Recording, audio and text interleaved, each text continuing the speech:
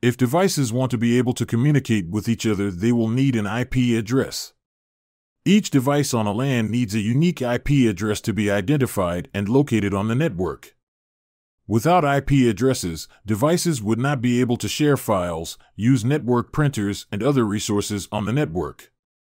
Now, it used to be that all organizations had public IP addresses allocated and managed by regional internet registries, which had to be paid for. However, with the explosion of the internet and so many companies requesting addressing, it was discovered that these public IP addresses were a limited resource and that without suitable measures they would run out. Also, public addresses were expensive, and if every device within an organization required one, it would become costly. So, many organizations transitioned to using private addressing within their LANs, which had huge benefits. 1. It was cost-effective. Private IP addresses can be used freely within a LAN without requiring any payment or registration. 2. Secure, because private IP addresses are not visible from the internet. This provides an extra layer of security. 3. Scalability. Larger networks can be created because the same IP address space can be reused in different LANs. 4. Maybe the biggest help to preserving public IP addresses was NAT. This means that internally, in a company's LAN, they can use private IP addressing, and then all of these can be translated, allowing multiple devices to share a single public IP address. This helps reduce the number of public IP addresses required. If you are enjoying the free content, please make sure to like and subscribe. 87% of viewers are not subscribed, and just a single for you, but it makes a huge difference to our channel. Now, back to the video.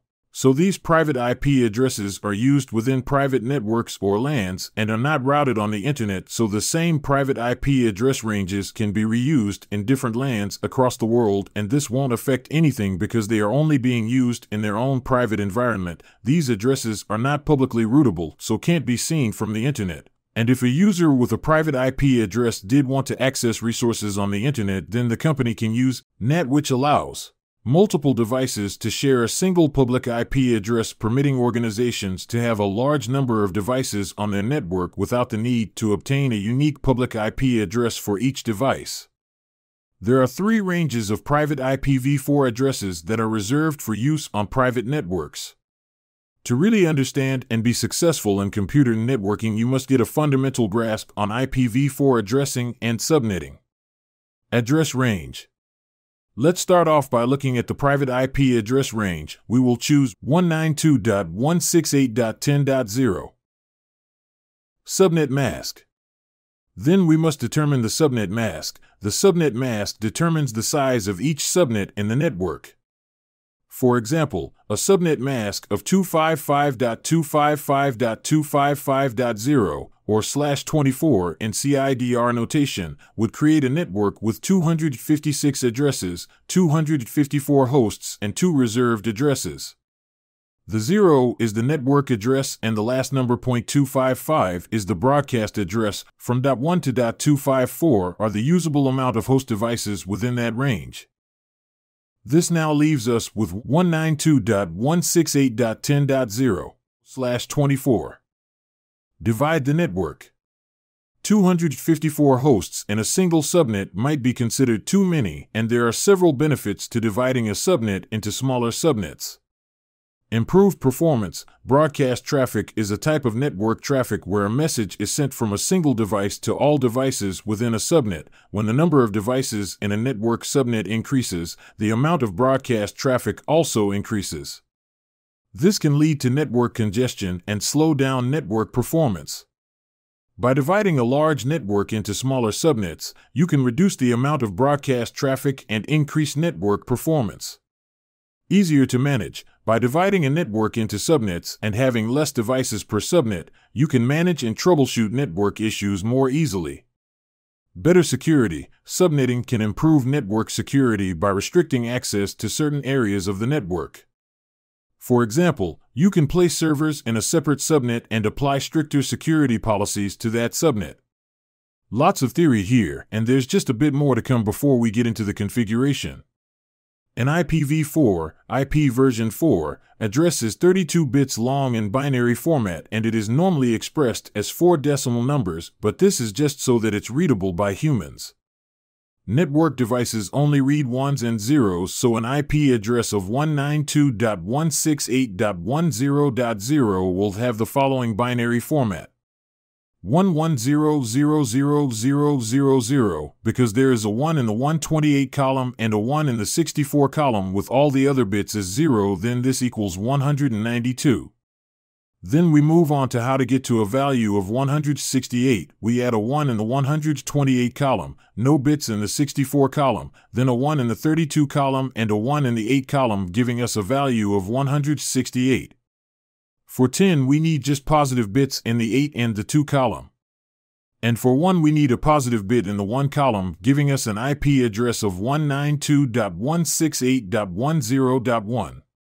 Then the second part is determining the subnet mask, which is how many devices can communicate with each other on that particular subnet. So we started off with a network of 192.168.10.0/24. Say we want to separate that into 4 different subnets.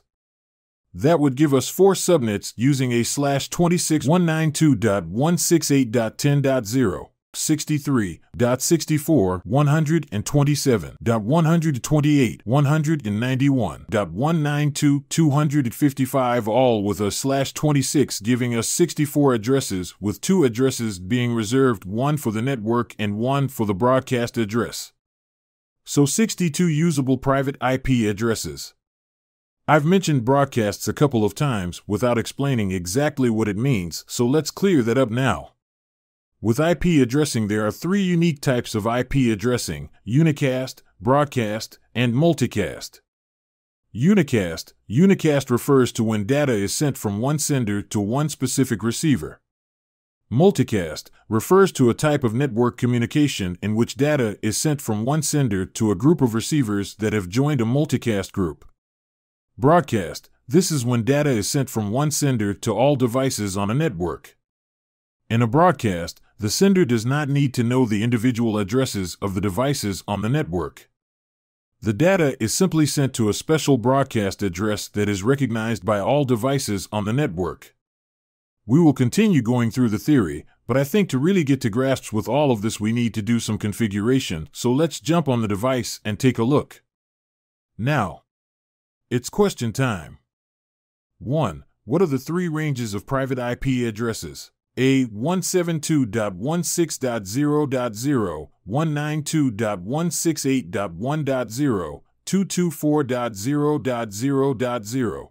B. 10.0.0.0/8, 172.16.0.0/12, 192.168.0.0/16. C. 10.0.0.0/24, 172.18.0.0/24, 192.16.1.0/24. D. 10.0.0.0, 11.0.0.0, 12.0.0.0.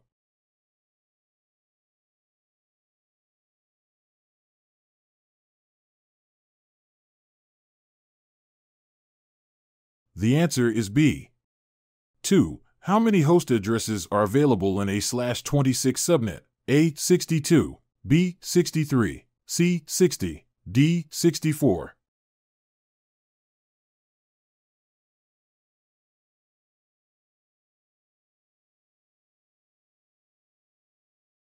The answer is A. There are 64 addresses, but only 62 available hosts. 3. What is the range for the following IPv4 address 192.168.1.0/26? A. 192.168.1.0, 192.168.1.31. B. 192.168.1.0, 192.168.1.63. C. 192.168.1.0, 192.168.1.255. D. 192.168.1.0, 192.168.1.26.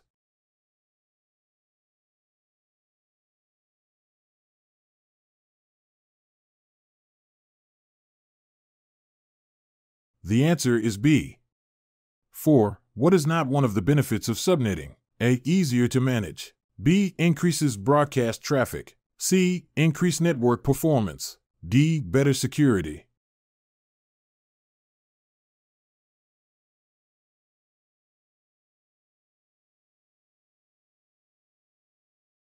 The answer is B.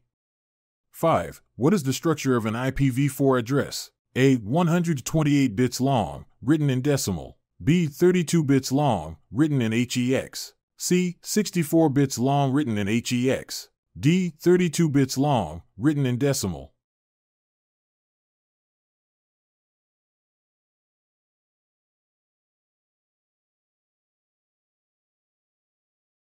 The answer is D.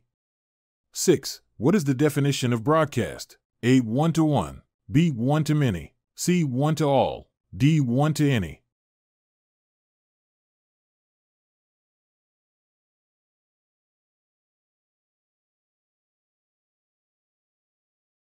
The answer is C.